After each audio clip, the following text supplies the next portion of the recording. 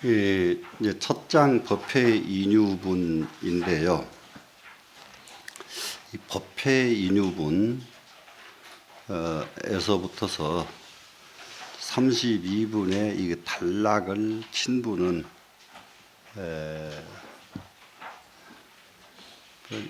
바로 양무제의 아들 소명이라고 하는 태자가 이게 붙였습니다. 양무제라고 하는 사람은 달마대사하고 특히 깊은 관계가 있어가지고 일전을 했죠, 달마대사와.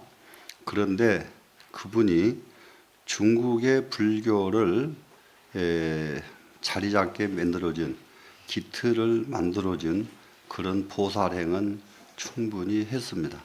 그런데 이제 거기서 한 단계 더 끌어올리려고 달마대사가 하셨는데 그것을 미처 간파하지 못했기 때문에, 그래서 결국은 나라도 지키지 못하고 또 수나라가 결국은 이게 끝이 나게 됐을 것 같습니다. 그래서 소견으로 모두 하는 것인데, 근데 이제 첫 번째 이제 법회 인유분 이 분이 얼마만큼 중요하냐 그러면은 그 문장에서 보면은 부처님께서 직접 탁발을 하셔요. 탁발을 하시는데 이 부분이 특히 저 같은 경우는 그 어릴 적에 태고라 천황씨는 이 목독으로 왕하야 이렇게 해서 이게 책을 딱 펼쳐들면은 읽는 맛이 막 근사해요. 그리고 대학 중용에서부터서 그 내용 자체가 막 근사합니다. 그리고 이제 도덕경에 보면은 도 가도면 비상도요, 명 가명이면 비상명이라 이렇게 하는 도덕경도 이게 막 시작이 막 근사해요. 그런데 금강경은 여시야문이에요, 시작이. 나는 이렇게 들었다. 그러게 이렇게 들었다 하는 것은까지는 괜찮은데 참 탁발 가셔가지고, 그러니까 오셔가지고 이 공양하시고 손발 씻고 가부좌에 하고 앉으셨다. 이게 제 1장의 내용이거든요. 그래서 분경이 이렇게 재미가 없을까? 그런 생각을 가지고 경을 다 외우고 해도 그런 생각을 떨쳐버릴 수가 없었어요, 솔직하게. 그런데 이 1장이 얼마나 소중한 장인가, 요걸 아는데 무척 오래 걸렸습니다. 왜 그러냐 그러면은 부처님이 아닌 저 같은 경우, 또 여러분도 마찬가지입니다. 옛날에 모든 사람들은 부처님을 위시해서 전부 탁발을 다니셨는데 부처님께서 직접 탁발을 다니신다는 점이에요. 그래, 부처님 제자가 그렇게 많은데 부처님은 탁발 안 다니셔도 되잖아요. 제자들이 가서 탁발해다가 공양 바쳐서 이렇게 떡 드시게 해도 될 텐데 부처님은 그렇게 하질 않으시고 직접 탁발을 하셨다. 과연 그게 무슨 의미일까? 부처님 사상에서 두 가지를 크게 대혁명적인 사상으로 받아들일 수가 있는데, 하나는 일체유심조, 그래서 모든 이 세상은 마음으로 만들어진다 하는 일체유심조를 주창하셔가지고 신본주의가 완전히 타파하고 인본주의가 시작되게 하는 사상 하나하고, 두 번째 부처님의 사상에서 가장 뛰어난 사상, 아주 탁월한 사상은 뭐냐? 일체중생 시류 평등입니다. 일체중생이 모두가 다 평등해서 다 함께 성불할 수가 있다. 이 부분이신데, 이 금강경 첫 장에 탁발 갔다 오신 부분이 바로 이것이거든요. 누가 부처고 누가 중생이냐? 똑같다 이거예요. 똑같아. 그렇기 때문에 부처님께서도 탁발을 하시는 거예요. 그러면서 한 가지, 내가 대신 공양하고 나머지 사람은 가만히 앉아서도 배부를 수가 있으면은 그러면 괜찮지만은 자기 먹는 것은 자기가 먹어야 된다 하는 아주 큰 것을, 중생이 평등하다는 것을 몸소 가르쳐 주신 분이 있기 때문에 이 장이 그렇게 소중한 장입니다. 자, 그래서 이제 이 장을 한번 보겠습니다. 여시암은 네 글자가 시작이 되는데 일시에불이제 사회국 지수 급고도고 나사 여대 비구중 1250인으로 구러시니 이렇게 시작이 됐습니다. 이제 자, 무슨 말인가 글부터서 먼저 해놓고요. 이와 같이 내가 들었는데 한때 부처님이 사회국 지수 급고도원에 계시면서 대비구중 1250인과 함께 하셨다. 이것이 이제 첫 금강경의 첫 장의 한 구절입니다. 여기에서 이제 꼭 우리가 알아야 될 것이 여시아문이라고 하는 이 네 글자에 대한 의미 하나하고 사회국 지수 극고독은 이 의미 이 두 가지가 이게 여기서 지금 핵심이 되겠습니다. 여시암은 이 네 글자는 모두 다 알지만은 이것은 부처님의 세 가지 유언 중에 하나가 여시아문으로 되어 있죠.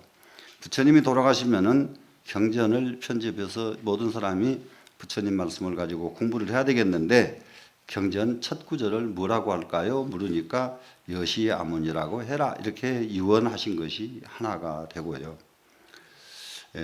두 번째로 이 여시아문은 수보리가 나는 부처님한테 들었다 이렇게 시작을 하니까 다행이지 안 그러고 이 금강경을 그냥 기록을 하게 되면은 후대 사람들이 수보리가 한 말로 잘못 이해할 수가 있을 수가 있기 때문에 수보리가 내가 이것은 내 말이 아니고 부처님의 하신 말씀을 내가 기록만 했을 뿐이다를 강조하는 의미가 여시아문이 있죠. 그러는데 또 경을 설법하시는데 그 요즘까지도 소위 말하면 신문을 만들 적에 육하 원칙에 의해서 신문을 만들잖아요. 그런데 경전을 설법하시는데도 육하 원칙에 의해서 경전을 설법을 하셨다 하는 것이 참 아주 부처님 당시부터서 이미 인도에는 이 세상에서 따라갈 수 없는 논리학이 존재했다는 사실이에요. 그래서 지금 우선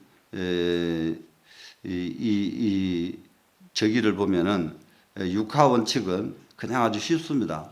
신, 문, 시, 주, 처, 중 이게 육하 원칙인데요. 신, 여, 시 부처님이 해주신 말씀을 간곡하게 뭐라고 하시든 간에 부처님 말씀이라고 하면은 저 믿겠고 따르겠습니다 하는 믿으신 자가 첫 번째고 두 번째는 믿는데 무엇을 믿을 것이냐 들은 것을 믿는다. 부처님께서 설해 주신 말씀 들은 것을 믿는다 하는 것 이것이 들을 문자가 되고 그 다음에는 시간을 설명했으니까 시간 그 다음에는 주, 처, 중 그러거든요. 주인이에요.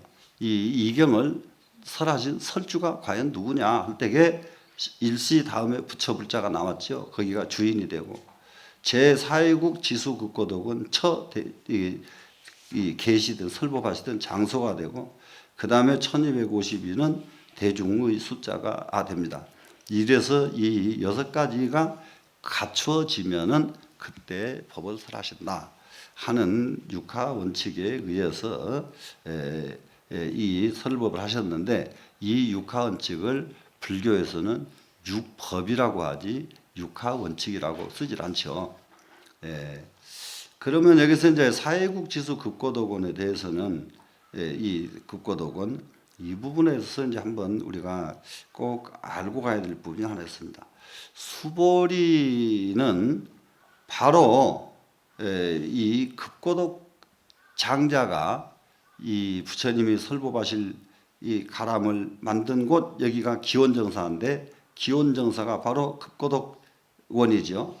그러면 이 급고독원을 만든 시주한 급고독 장자의 조카가 수보리입니다.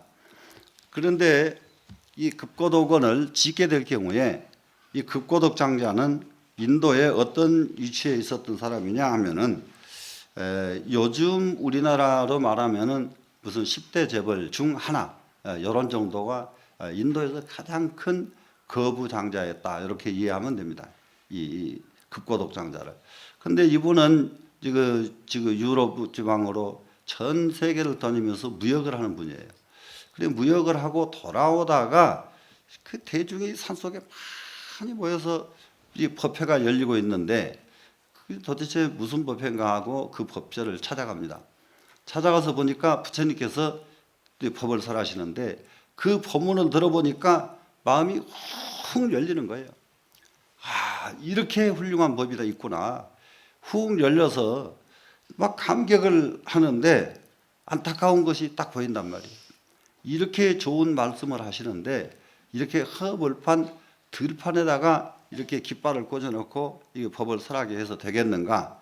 그러면은 항상 1년 12달 언제든지 비가 오나 어떤 이 바깥 어떤 것이 있어도 계속해서 법문을 설하실 수 있는 이 도량이 필요하겠구나.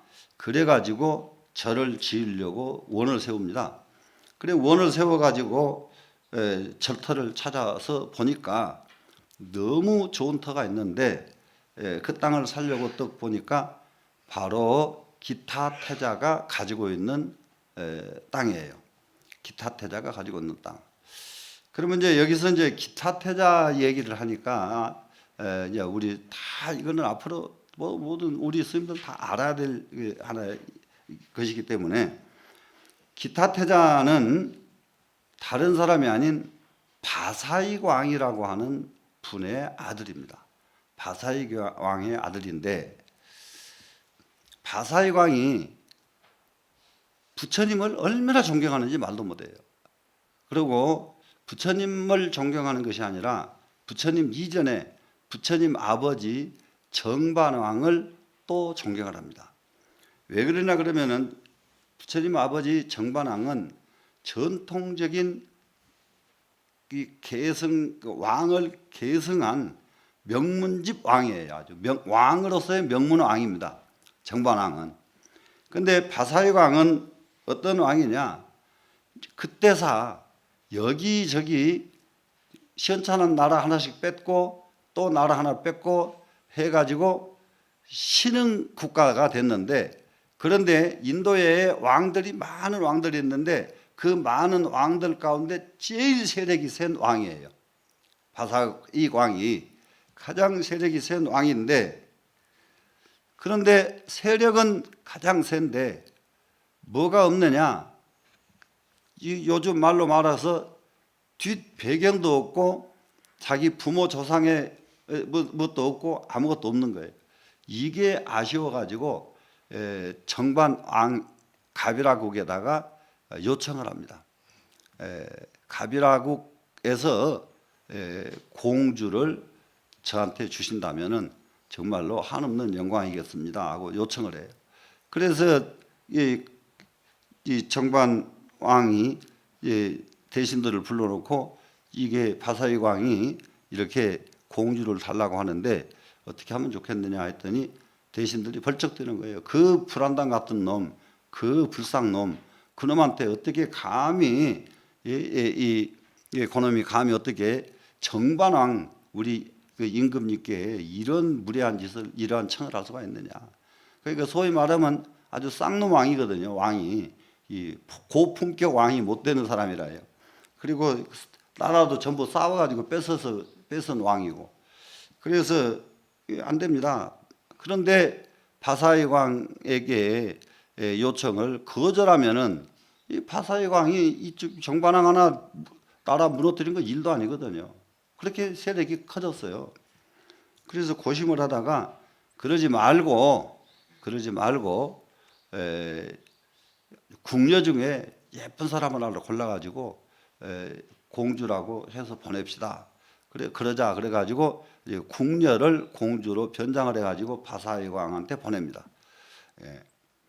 그래서 낳은 게 지금 유리왕이에요. 유리왕이 바사이 왕의 후계자입니다. 유리왕을 낳고 또 바사이 왕은 다른 마누라한테 왕비가 여럿이잖아요.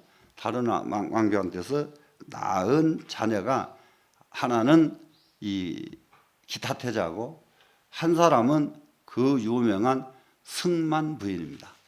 승만경 하는 승만 부인, 여러분들 다 승만경은 다 알잖아요.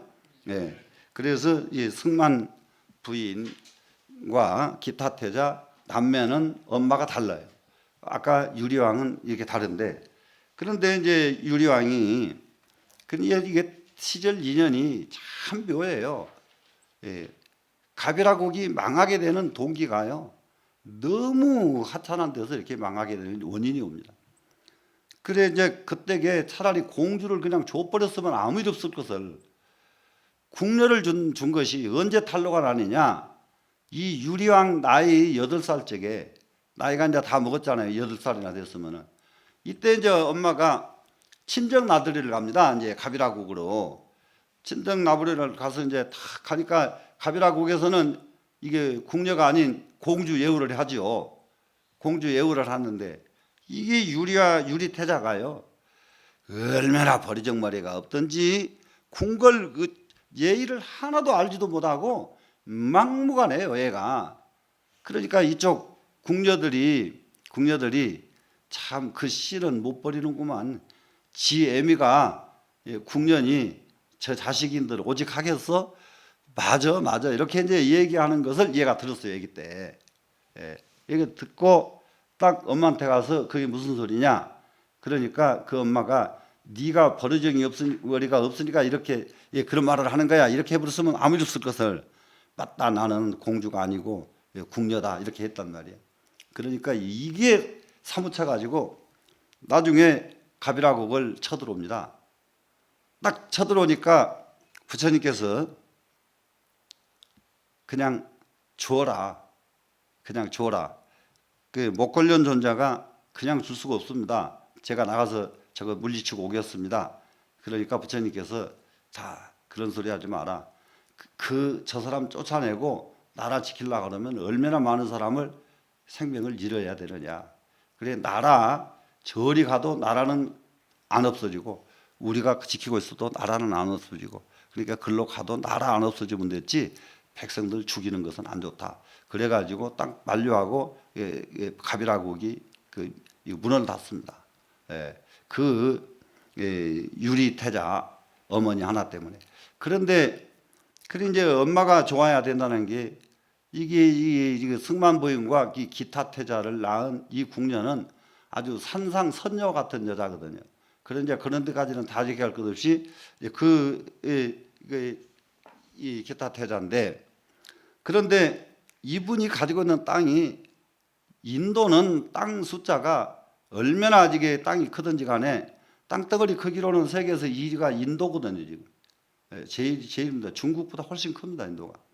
지금도 우리 서울에서 우리 절 신도인데요, 인도에 가서 정식 허가를 받아가지고 농장을 하는데 농장 크기가 얼마나 크냐면 지금 서울특별시 딱 절반이에요. 농장 크기가 서울특별시 절반인데 이거를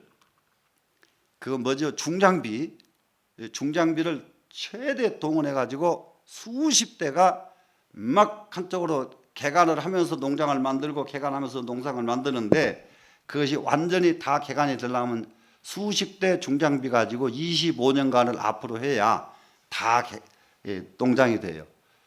그렇게 땅이 큽니다. 그래서 제가 이제 나하고 인연이 있길래 그 큰 땅덩어리를 가지고 와서 한국 사람이 농사를 짓게 되면은 빨리 인도가 후진국을 면하지 못하니까 거기서 많은 인력들이 와서 일을 해줘야 될 거 아니냐. 그러면 그 일해주는 그 사람들을, 자녀들을 교육시킬 수 있는 학교를 근사하게 만들어가지고 인도의 전통적인 교육기관하고는 비교가 안 되는 교육기관을 만들어가지고 교육을 시키면서 농장을 해라. 그러면 너는 진짜 성공할 것이다. 예, 알았습니다. 그랬는지 말 들을란지 모르겠어요. 예, 그런 말은 얼른 귀가 번쩍하고 들어야 그 사람은 성공하거든요. 진짜로. 그래 이제 이 기타 태자가 가지고 있는 땅을 급거독장자가 팔으러 가니까 또 기타 태자가 안 팔잖아요. 아무리 팔으라고 해도 안 팔아요. 아무리 기타 태자하고 친한 사람을 속에다 넣고 소개를 시켜 땅을 팔으라고 해도 안 팔아요. 그러니까 친한 친구 하나가 가서 기타 태자를 만나보니까 전혀 팔 의사가 어떻게 확고하든지 급고독장자에게 지나가는 말로 이렇게 말합니다. 그 땅덩어리에다가 순금을 전부 깔아주면 몰라도 그전에는 안 팔겠어. 이렇게 얘기를 했어요. 그러니까 이 급고독장자가 그때부터서 자기가 가지고 있는 금, 인도에 있는 금을 전부 모집을 해가 수집을 해가지고 그 땅에다가 금을 깔기 시작합니다. 그런데 부자도 엄청나게 부자였던가 봐요. 예. 그 큰 땅덩어리에 금을 절반을 깔고 나니까 다 돈이 다 바닥에 났어요. 그러다가 이 기타 태자가 이 땅덩어리 크기가 이건 말로 할 수 없는 그 땅덩어리에 보니까 황금밭이 끝도 없는 금이 쫙 깔려 있거든요. 그래서 그 무슨 금이 이렇게 깔렸느냐 그러니까 지금 급고독장자가 이 땅을 사기 위해서 이렇게 갈았습니다. 그래서 데려와라. 만나가지고 이 땅을 어디다 쓰려고 하느냐. 부처님 설법하실 수 있는 법당을 지어드리려고 한다. 그러니까 기타 태자가 그러느냐고 내가 그런 줄 알았으면 진즉 줄 것인데 그러면은 이렇게 금을 다 깔아놓고 여기다 절을 지을 돈은 있느냐 그러니까 돈을 알다시피 다 깔고 나니까 이제 한 푼도 없습니다. 한 푼도 없습니다. 그러니까 이 땅 다 가져가고 거기에 깔아놓은 그 돈 가지고 이 법당 다 지어라. 그래가지고 어마어마한 이 궁궐을 지어냅니다. 이 급고독원이 그렇게 아주 컸답니다. 장대하고. 그래서 그 개관식 하는 날이에요. 개관식 하는 날 급고독장자의 조카 수보리가 와서 법문을 듣습니다. 법문을 듣고서는 발심을 해가지고 바로 출가를 해요. 바로 출가를 해서 수보리는 어떻게 되느냐? 이미 출가하기 전에 인도에 있는 모든 학문과 모든 것을 다 달통하고 또 출가한 뒤로도 불교를 완전히 섭렵해서 다 달통을 합니다. 달통을 하고 나니까 어떤 상황이 떠오르냐 그러면 이 사람이 밖에 세속에 나가도 가장 우수한 사람이 되고 절집 안에서도 수보리를 따라갈 사람이 없는 거예요. 그러니까 수보리를 10대 제자 중에 해공제의를 하잖아요. 이 정도로 이분이 따라갈 수 없는 이런 그 불제자가 되다 보니까 뭐가 생기기 시작했느냐? 암만심이 어떻게 강한지 몰라요. 같이 공부를 하는 사람들 딱 보고 야 그만큼 공부해놓고 그것도 모르냐 이거예요. 이제 사람 취급을 안 해요. 사람 취급을. 그러다가 어느 날 수보리가 자기 병통이 암만심이라는 걸 압니다. 암만심이라는 것도 알고서는 어떻게 하면 이 암환을 고칠까? 그래서 곰곰이 생각해 보니까 자비관을 닦아야 되겠구나. 그래가지고 수보리가 자비관법을 닦습니다. 자비관법을 딱 닦고 보니까 자비관법이 성취가 됐어요. 성취가 되니까 이게 열매만큼 변화가 오느냐? 똑같이 대중이 탁발을 나가면요, 수보리한테만 모든 신도가 모여들어요. 이게 사람은 밖에 사람들이 나한테 모이게 하려고 그러면 자비관법이 최고예요. 내가 자비로워야 돼요. 그래 나를 보면은 옆에 사람이 편안하니까 사람들이 모여들잖아요. 이런 분이 수보리인데 이게 이제 제9장에서 부처님께서 바로 인가를 해 주십니다. 금강경 제9장에서 인가를 해 주시는 것이 바로 네가 무쟁 삼매 체의 제일이라 너는 자비관을 닦아가지고 다툼이 없는 삼매는 네가 내 제자들 중에 제일 으뜸이구나. 이렇게 인가를 해주시는 것이 바로 이 금강경 9장에 있습니다. 그래서 이제 이 수보리는 실제로는 해공제일이라고 하는 인가와 무쟁삼매라고 하는 인가 두 가지를 다 받은 분이 이 수보리 전자다. 이렇게 이제 이해를 하시고 이 수보리가 금강경의 그 청법 주가 됩니다. 그러면 여기 이제 수보리가 금강경의 설법주가 되어서 금강경을 설하시게 되는데 그 첫 장이 여시아문화사원이 일시에불이 제4회국 지수국고도고나사 여대 비구중 1250인으로 구르시니 이렇게 첫 구절이 시작이 됐습니다. 그런데 여기를 이제 야보스님의 주석과 다른 분의 주석이 상당히 이제 아주 특이합니다. 야보스님은 뭐라고 주석을 달았느냐? 여시아문 하는 이 네 글자 가지고 야보스님이 엄청난 주석을 달아요. 여시아문. 왜 그렇게 여시아문을 많은 주석을 다룰까? 따져보면은 이런 게 있습니다. 여시아문을 이제 우리말로 바로 바꾸면요. 이와 같이 나는 들었다 이 말을 여시아문을 여시아문이라고 안 하고요. 여차아문, 여사아문 글자가 다른 자를 쓸 수가 있어요. 같을 여자가 같을 유자도 있고 같을 사자도 있죠. 그러면은 같을 유자에서 유시아문 할 수도 있는데 유시아문 안 쓰고 여시아문 썼다 이거예요. 같을 사자 써서 사시아문 해도 되는데 같을 사자를 안 쓰고 같을 여자를 썼다. 이렇게 다른 글자 시자도 이것 하는데 이 차도 있고 이것 차자 있고요. 자자도 있고 전부 이것이라고 하는 글자가 수도 없이 많아요. 그런데 그 글자 다 놔두고 이 차자를 썼다 하는 점이에요. 그리고 이 시자를 썼다는 얘기예요. 뭐 아는 것도 나자도요. 나 아자가 있고 나 오자가 있고 나 여자도 있고 나에 대해서도 글자가 굉장히 많아요. 많은데 다른 글자를 안 쓰고 나 아자를 썼다. 그리고 들을 문자도 들을 청자도 있고 많은 글자가 있는데 또 이 들을 문자를 썼다. 한 이 의미를 야보스님은 굉장히 아주 정확하게 해설을 쓰고 있습니다. 그 부분을 한번 보겠습니다. 여시라고 한 여시입니다. 고인이 도화사대 옛 사람이 말하기를 이 말할 도자 이 도자는 우리는 이게 도 닦는다고 하는 글자로만 많이 아는데 중국에서는 이 자는 도 닦는다는 글자는 굉장히 아는 사람이 드물고요.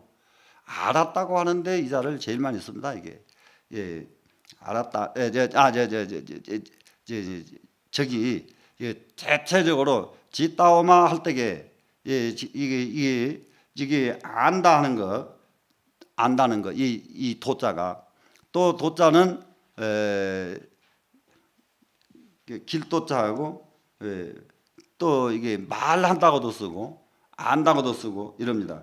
그러면 여기서는 지금 예수님이 옛사람이 말씀하시기를 하는 말한다는 도자가 됐습니다. 지금 그 말하시기를 뭐라고 하느냐? 환장여연된 이게 여여라고 말을 할 것 같으면 이 여자를 여여라고 말한다면은 여여하다는 말은 같을 여자를 두 자를 쓰면은 무슨 의미가 있느냐?